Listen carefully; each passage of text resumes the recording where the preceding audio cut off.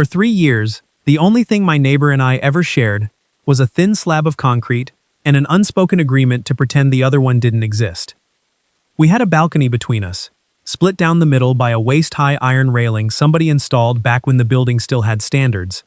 And in all that time, we had never exchanged a single word. Not a hello, not a nod, most days. Just the sound of her cello drifting over the divider on warm nights, and me on my side pretending I wasn't listening to every note like it was the only thing keeping me upright. So when her music stopped that night, stopped mid-phrase, a long note snapping off into nothing, I noticed.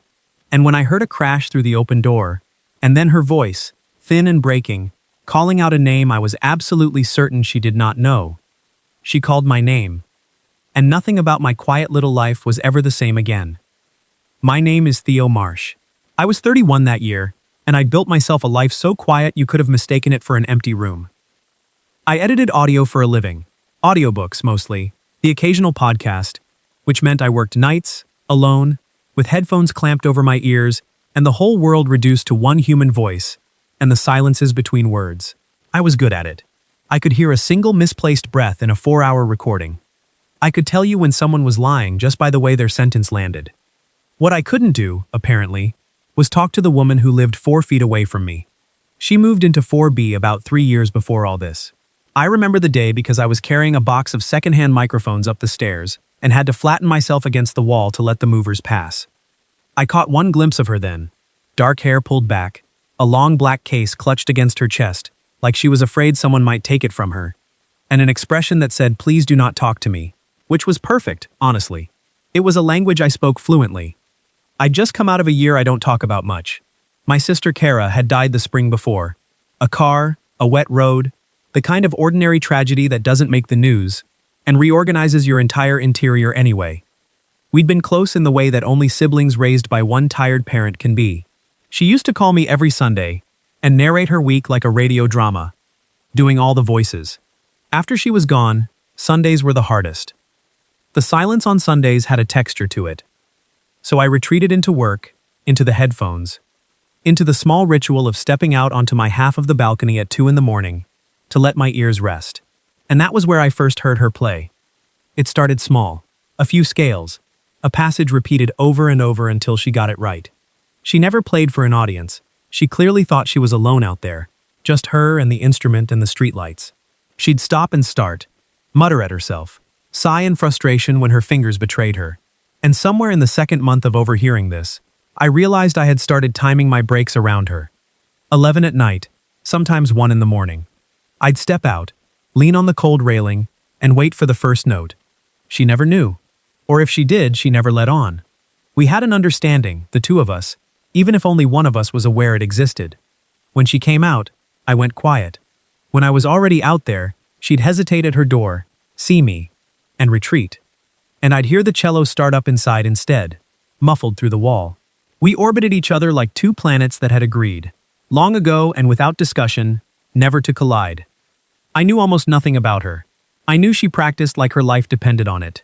I knew she got mail addressed to M. Vance because once, briefly, the postman put one of her envelopes in my box, and I learned her last name before I could stop myself. I knew she laughed exactly once a week, on Tuesday evenings, at something on her phone. A quick, surprised laugh. Gone almost before it arrived, and I'm not proud to say I started looking forward to Tuesdays. That was the whole of it. 3 years. A cello, a last name, and a Tuesday laugh. I told myself I liked it that way. The night it all changed was a Thursday in late September, the last warm stretch before the cold came in. I had a deadline. A thriller. Badly recorded. The narrator breathing like he'd run up the stairs before every chapter. And I'd been at it since dark. Around 11, I pulled off my headphones and stepped out onto the balcony to clear my head, and she was already there. This was unusual. She didn't usually let me catch her first. But there she was, on her half, the cello between her knees, bow in hand, and something about her was wrong before she even played a note. She was hunched, pale, even in the orange streetlight. There was a sheen of sweat on her forehead that had nothing to do with the weather. I almost said something. I want you to know that. After 3 years of nothing, I came that close to opening my mouth. Are you okay? 3 words. I had them lined up. But she lifted the bow, and I lost my nerve, and the music started. It was different that night. She wasn't practicing. She was performing, pouring everything she had into a piece I didn't recognize. Something fierce and grieving and enormous. The kind of music that makes the air feel heavier. I gripped the railing and listened. I forgot about my deadline. I forgot, for a few minutes, about everything. And then, halfway through a long, climbing note, the kind that's supposed to resolve into something, it just stopped. Not the way music stops. Music ends. This broke. The note sheared off into silence, and then I heard the bow clatter against the floor, and then a heavier sound, a chair going over, a body folding, and then her voice. Faint. Frightened. Theo. I stood there frozen, because here is the thing, she did not know my name. In 3 years, I had never told her. There was no nameplate on my door. There was nothing. Theo, please. I didn't think. I grabbed the top of the railing and swung myself over it before I'd fully decided to, my work socks slipping on her side of the concrete, and I crossed her balcony in 2 strides and went through her open door. She was on the floor of her living room. The cello had fallen beside her. The chair upended. She was conscious, barely, propped on one elbow, her face the color of paper, her breath coming in short, panicked sips. "Hey," I said, dropping to my knees beside her. "Hey, I'm here. I'm here. What's wrong?" "Can't." She pressed a hand flat against her chest. "Can't get a full breath. Hearts? It's going too fast. It won't stop. I thought it was nerves, but it won't stop." I'd done a first aid course years ago for a job that fell through. Most of it was gone, but I remembered enough to take her wrist, and her pulse under my fingers was a hummingbird, frantic and uneven, skipping. "Okay," I said, in the steadiest voice I owned. The voice I used for narrators who'd lost their place. The, "We're fine, take it from the top" voice. "I'm calling for help. You're going to keep looking at me while I do it. Can you do that?" She nodded. Her eyes were huge and dark, and locked onto mine like I was the only solid thing in the room. I called. I gave the address. I stayed on the floor with her the whole time, holding her wrist, counting under my breath, talking. About nothing. About anything. About the badly recorded thriller, and the narrator who breathed like a bull. She huffed something that might have been a laugh, and it cost her, but she did it. "How?" she managed, while we waited for the sirens. "Do you know about my breathing?" "You're the one who's having trouble breathing." "No. His breathing." The narrator. "You said?" She winced. "You can hear that?" "It's my job." "You can hear me?" she whispered. "From over there?" I didn't answer that. I didn't have to. Something crossed her face. Not embarrassment, exactly. Something more vulnerable than that. The look of a person discovering they were heard when they were certain they'd been alone. The paramedics came up the stairs 8 minutes later.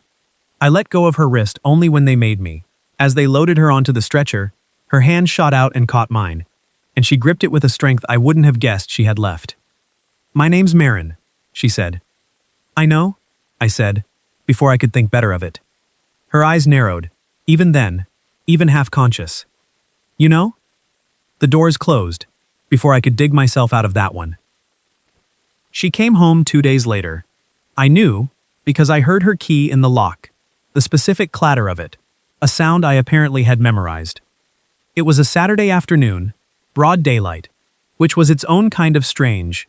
We were night creatures, the two of us, and meeting in the sun felt like a violation of some treaty. I'd been pacing my apartment for 20 minutes trying to decide what to do. In the end, I did the thing I'd spent 3 years not doing. I knocked on her door. She opened it on the chain first, peered out, then closed it, unlatched it, and opened it fully. She looked better.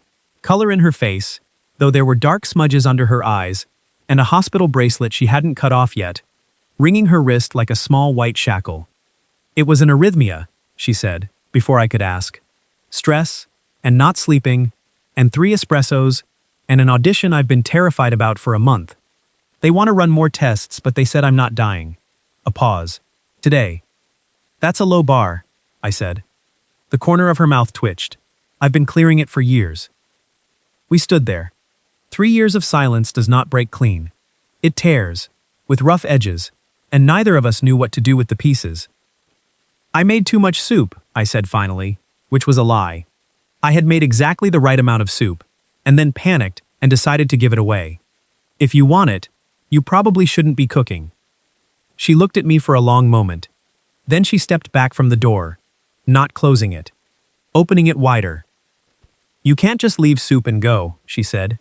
That's a sociopath move. Come in. You climbed over a railing for me.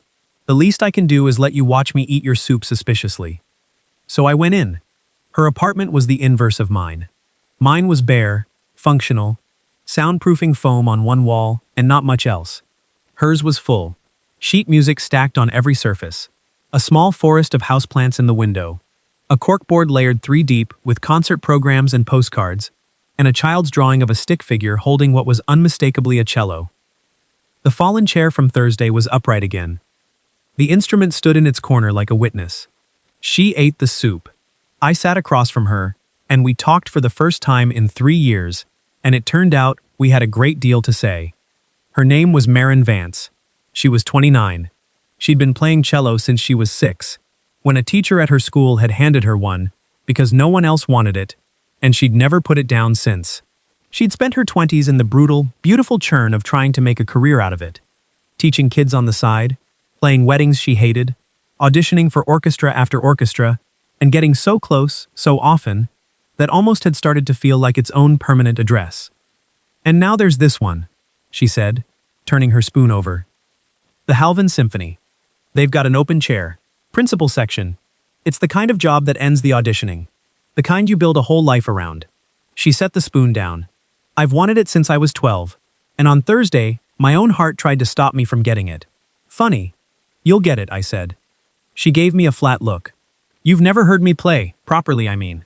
From 4 feet away, with a railing in between, doesn't count. I've heard you every night for 3 years, I said. I've heard you get a passage wrong 40 times, and then get it right on the 41st. I've heard you cry once, in June, when you thought a storm was loud enough to cover it. Her head came up sharply. It wasn't. I'm sorry. I should have gone inside. I never knew how to. I stopped. You'll get it. I'd bet anything on it. She was quiet for a long time. When she spoke, her voice had changed. I used to wonder about you, she admitted. The man on the other side. I figured you were just tolerating me. The neighbor who has to listen to the cellist practice. I'd come out and you'd go all still, and I thought, he's waiting for me to stop. She looked at me. You weren't waiting for me to stop. No, I said. I was waiting for you to start. The air in the room did something then. Shifted. Got closer. She was looking at me across her cluttered little table, with her hospital bracelet glowing on her wrist, and I became suddenly, acutely aware of every inch of distance between us and exactly how small it was. How did you know my name? I asked. Partly because I wanted to know, and partly because I needed to break whatever was happening before I did something foolish. On Thursday, you called for me. We'd never spoken. Color rose in her cheeks. She got up, crossed to the corkboard, and pulled something from underneath a concert program. A padded envelope. She handed it to me. T. Marsh, 4A. It read, in the postman's careless scrawl. It came to me by mistake 3 months ago, she said. I kept meaning to bring it over. I never could make myself knock. A breath. On Thursday, when everything started going wrong, and I was on the floor and I couldn't think, you were the only name I had. The only person who felt close enough to reach. She looked away. It's stupid. We'd never spoken, but you were the name I knew, so I called it. I turned the envelope over in my hands. Inside was a set of replacement foam pads I'd ordered and assumed were lost. 3 months she'd had them. 3 months she'd wanted to knock and couldn't. I'm glad you called it, I said quietly. She looked back at me, and for one suspended second neither of us said anything at all, and the whole 3 years of silence sat between us, not empty anymore, full to bursting. After that, the railing stopped being a border and started being a place. We didn't fall into anything fast. Neither of us was built that way. But the treaty was broken, and in its place we built something new, and we built it out of nights. She'd come out at 11 with 2 mugs and pass one across the divider, and I'd take it, and we'd lean on our own sides of the railing and talk until the streetlights cut out. She told me about her teacher, the one who'd handed her the unwanted cello. I told her about Kara. I hadn't said my sister's name out loud to another living person in over a year, and Marin listened the way she did everything. Completely, without flinching, with her dark eyes fixed on me like I was a phrase she was determined to get right. "Sundays," she said softly, when I told her about the radio dramas and the voices. "That's why you're always out here Sunday nights. I noticed. You go quiet on Sundays. You notice that?" "I notice you," she said, and then looked down into her mug like she'd said too much. And I felt something in my chest pull loose from its moorings. She started playing for me on purpose. That was the first sign, I think, of what was really happening. The way she stopped retreating inside when I came out and started staying. She'd play the piece she was preparing for the Halvin audition, the fierce grieving one from that Thursday night.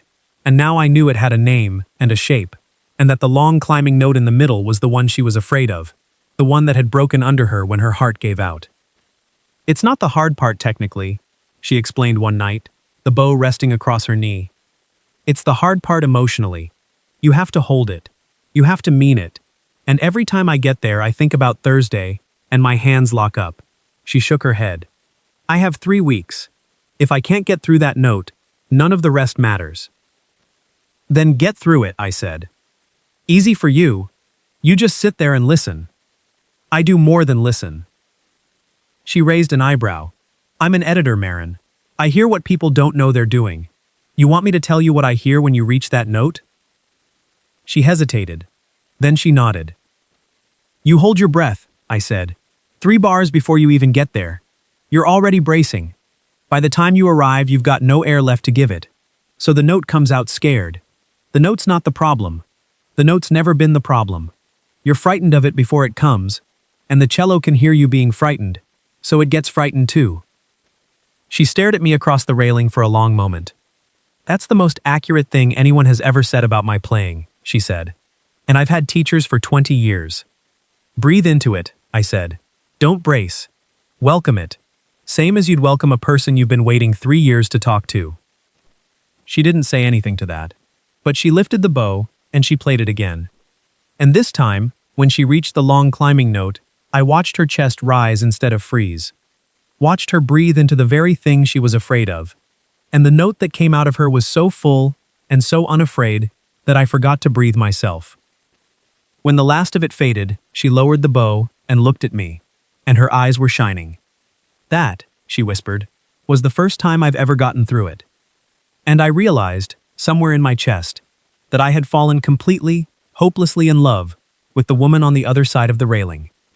Which was a problem, because if the note came out like that at the audition, she was going to get the job. And the Halvin Symphony was 400 miles away. We didn't talk about the 400 miles. We got very good at not talking about it. The audition crept closer, and the nights got colder, and we kept leaning on our halves of that railing, as though it could hold the future off forever. But it sat there between us the whole time, that distance, and we both knew it. The turning point came a week before she was due to leave for the audition. It was late, past 1, and she'd been playing the piece on a loop, getting more wound up with every pass, until finally she set the cello down hard enough that the strings hummed in protest. "I can't," she said. "I keep hearing it perfectly in my head, and then my hands won't. I'm going to blow this. After everything. I'm going to get up on that stage and I'm going to lock up on the note and that'll be it. That'll be 20 years. Marin. Don't." She pressed the heels of her hands into her eyes. "Don't tell me I'll be fine. You don't know that. My own body doesn't want me to have this." I did the thing I'd been not doing for weeks. I climbed over the railing. She went still as I crossed onto her side. I'd only done it once before, the night I thought she was dying. Now I did it slowly, deliberately, and stopped in front of her, close enough that she had to tip her head back to look at me. "Your body kept you alive on Thursday," I said quietly. "Your body called for help. It didn't try to stop you, it tried to save you. So you'd still be here to play this." I reached out, carefully, giving her every chance to step back, and took her cold hands in mine. They were trembling. These hands have done nothing but reach for that note for 20 years. They're not going to fail you now. I've heard them. I know. She looked down at our hands. When she looked back up, she was crying, quietly, the way she'd cried that night in June when she thought the storm was covering it. "Why are you being like this?" she said, and it wasn't really a question. "You know what happens if I get it. You know. It's 400 miles. If I'm any good at all, I leave. And you're standing here telling me to be good." "Yeah," I said. My voice wasn't as steady as I wanted. I am. Why? I should have lied. I'd built a whole life out of saying nothing.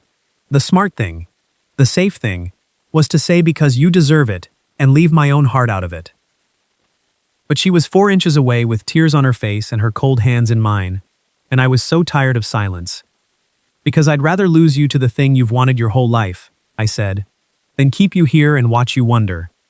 I've spent 3 years not saying things, Marin. I'm not doing it anymore. I tightened my grip on her hands. I'm in love with you. I think I have been since the June storm, since I heard you cry through the wall and didn't have the courage to knock. I don't want you to play scared. I want you to play like someone wants you, because someone does. So go, get the note, get the job, and if it takes you 400 miles away, then I'll learn to love you across 400 miles, because I am not capable of doing anything else anymore. She was very still. And then she pulled one hand free, slid it up to the back of my neck, and kissed me. And 3 years of silence, and weeks of railings, and a whole month of nights came down at once. And I kissed her back, like I'd been waiting my entire quiet life to do exactly this. When we broke apart, she kept her forehead against mine, both of us breathing hard in the cold. You're an idiot, she whispered, telling me to leave. I know. You're supposed to ask me to stay. I'd never forgive myself, I said, and neither would you. Get the job, Marin. Then we'll figure out the 400 miles together.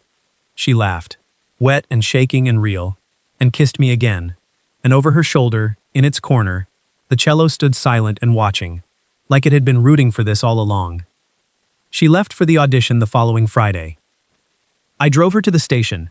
I carried the cello, she let me, which I understood by then was an act of profound trust, and I stood on the platform with her in the gray morning light, and neither of us knew what to say, so we didn't say much. What if I freeze? She said finally, gripping the case. You won't. What if I do? I took her face in my hands.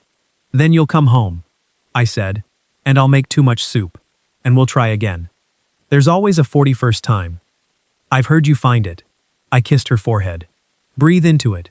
I'll be right here on the other side of the railing, listening. Same as always. She got on the train, I watched it pull out, and then I went home to the quietest apartment in the world, and stepped out onto the balcony and stared at the empty half where she should have been, and I understood that I had told her the truth. I would learn to love her across 400 miles, and that it was going to be the hardest thing I'd ever taught myself. She called that night. I heard her phone ring on her side first. Out of habit, I'd left my balcony door open, before I realized it was my own phone ringing. I got through the note, she said. Her voice was electric. Theo, I got through it. I breathed into it like you said, and it came out huge. It filled the whole hall, and the panel, they stopped writing. All of them. They just stopped and listened. I told you, I said, and my throat was tight. I told you. They want me, she said. Principal chair. They offered it on the spot. I start in January. I closed my eyes on the empty balcony. 400 miles. January. I'm so proud of you, I said, and I meant every syllable, even the ones that cost me. I'm so proud of you I can't see straight. There was a long pause on the line, and then she said, in a different voice, careful, almost shy, Theo, when does your lease end? I opened my eyes. My... what? Your lease. On the apartment. A breath. Because you edit audio. You told me once you could do it anywhere. That all you need is a quiet room and a pair of headphones. And it turns out Halvin has apartments. And quiet rooms. Her voice wobbled. And I find I can't actually do the 400 miles. I thought I could. I told myself I'd be brave about it. But I got off that stage and the first thing I wanted, before I even called my mother, was you. On the other side of a railing. Listening. So I'm asking. Not telling. I would never tell you to give up your whole life for... Yes, I said. You didn't let me finish. I don't need you to finish, I said. I spent 3 years not saying things, Marin. Yes. The answer's yes. To the apartment, the quiet room, the railing, all of it. Yes. I heard her start to cry again, and laugh through it. 400 miles away, and I stood on the empty balcony and laughed too. Into the cold dark, like a man who had finally stopped waiting. We moved to Halvin in January. The new place doesn't have a shared balcony. It has a small one, just ours, off the living room, looking out over a street where the streetlights actually work. She practices out there on warm nights with the door open, and I sit inside with my headphones half on, editing some narrator's badly paced thriller, listening with one ear to the most familiar sound in the world. She joined the symphony. The first time I watched her play that piece in a full hall.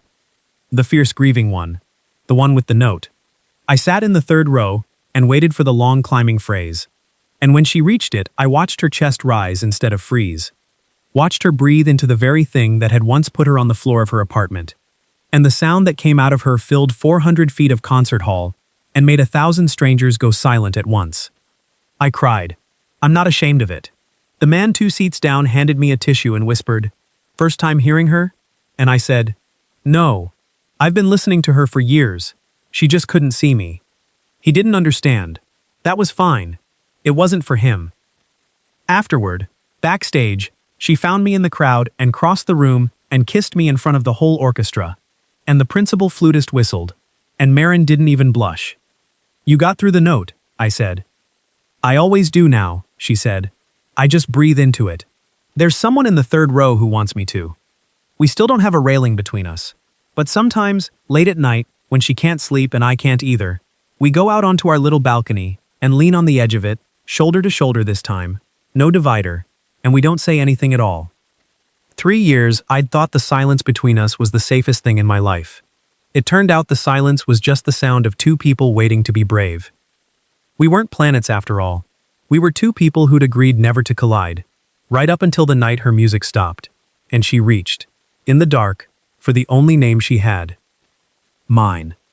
So tell me, if you'd spent 3 years living right beside someone, hearing them every single night but never saying a word, would you have found the courage to knock? Or would you have waited, like Theo did, for something to break the silence for you? And have you ever been heard by someone when you were certain you were completely alone, overheard at your most honest, your most afraid, and discovered that being known wasn't the thing you should have been scared of? Tell me your story down in the comments. I read every one. And if this story reached you, if you felt the railing between Theo and Marin and the night it finally came down, do me a favor, leave a like, hit subscribe, and I'll see you on the other side of the next one.